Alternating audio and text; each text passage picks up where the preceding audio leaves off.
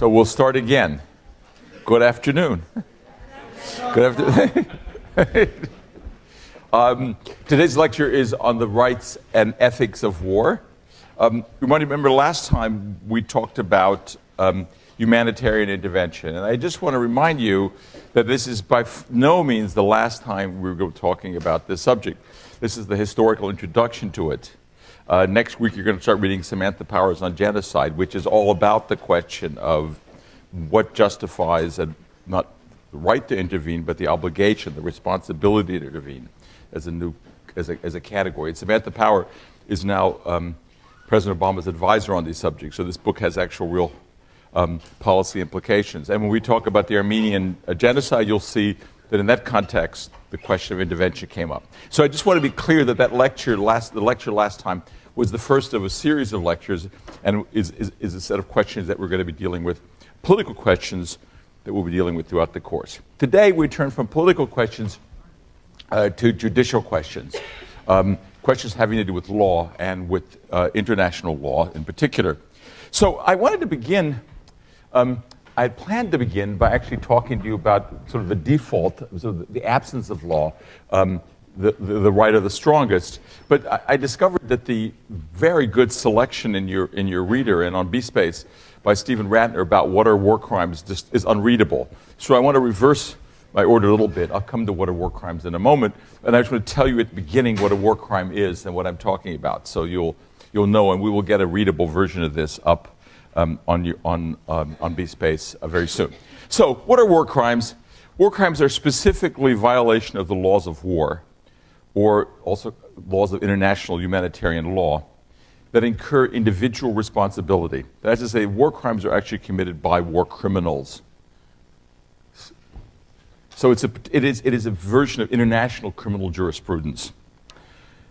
1899 and 1906, the Geneva Conventions are the international roots of this. We'll come to national war crimes legislation later in the lecture. The UN Charter in 1945 lists war crimes, and today when we speak of the Geneva Conventions, which we have heard of, the Geneva Conventions really refer to the 1949 Geneva Conventions, which incorporates much of the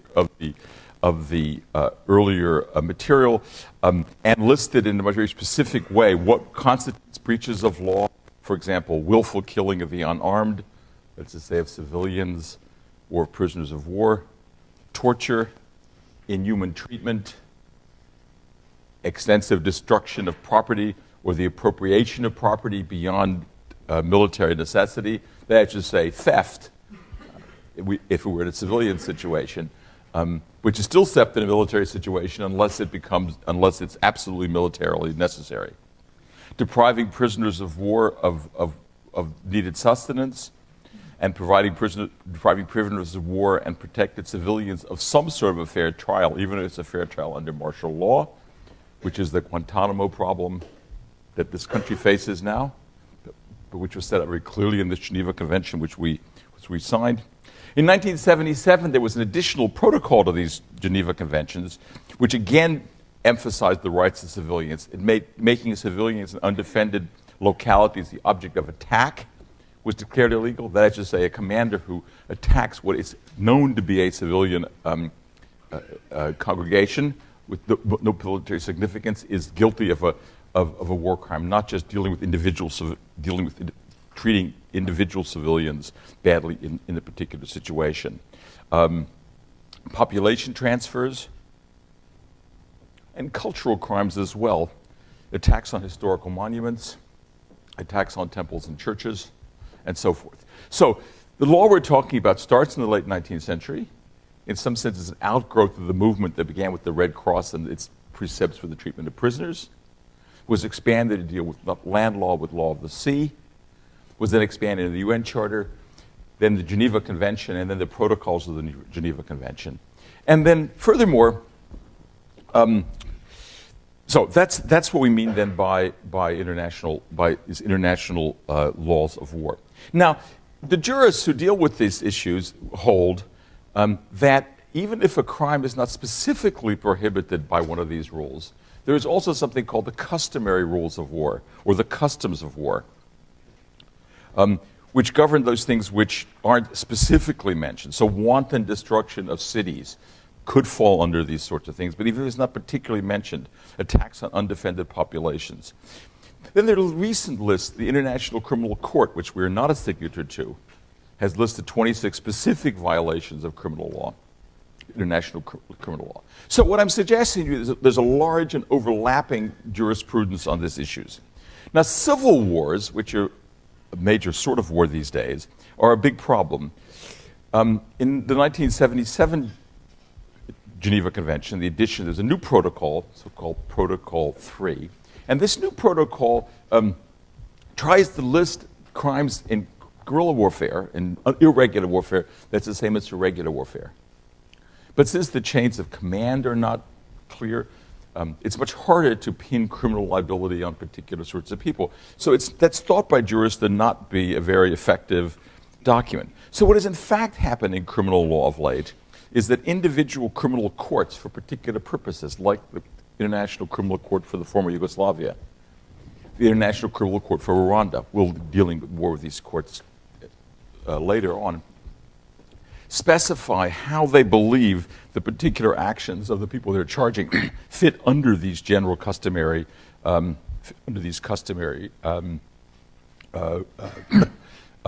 regulations.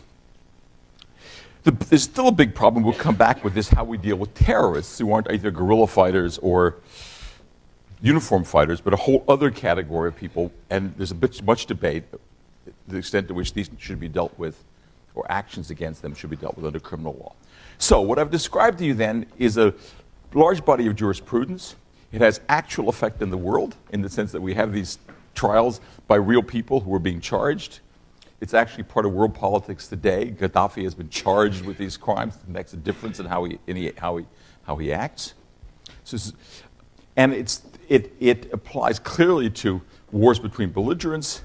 It's being applied to these sort of irregular civil wars that we're seeing in the world now, and it's difficult to apply to wars of terror. So that's just to try to define there are crimes war crimes are now being seen more or less as other sorts of crimes, in the sense that there's a jurisprudence about them, there are laws about them, there are courts which adjudicate them, and they're more or less problematically applied as one gets to less and less regular and structured situations. Is that sort of clear what the subject is? Yeah? So with Geneva Conventions in general refers to the 49 Convention and the 77 protocols on that convention. But they in turn have an earlier version of the Geneva Conventions and the Convention at The Hague and so forth. There's a body of law that's built up in the last century and a half. All right? That's what I'm talking. That's what war crimes are, crimes defined by those laws. Okay? So, it's a rather remarkable thing, it seems to me, that these crimes exist and that there are courts which adjudicate them. And I want to sort of begin then by try to explain to you why I think this is remarkable. No, there have always been sort of codes of war. That is, codes amongst warriors. There are ancient Chinese versions, there are Indian versions, there are Greek versions. There are discussions go into the history of every organized polity about what is honorable and what is not honorable for soldiers to do. So in that sense, there's meant to have been some sort of custom which rules war since the beginning. But no one seems to think this is it's not part of a jurisprudence. No soldier was had up for violating one of these rules in a Roman war or a Greek war. There were trials that dealt with these subjects. These are honor codes. These are customs. These are cultural restraints. They're not legal. They're not legal mandates.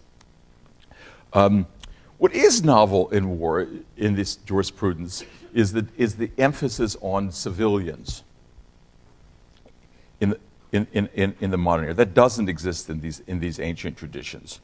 As you'll see, it begins about the 15th or the 16th century. it basically grows out is related to the debates about slavery, because the point is that just because you conquer a country doesn't mean you own its people.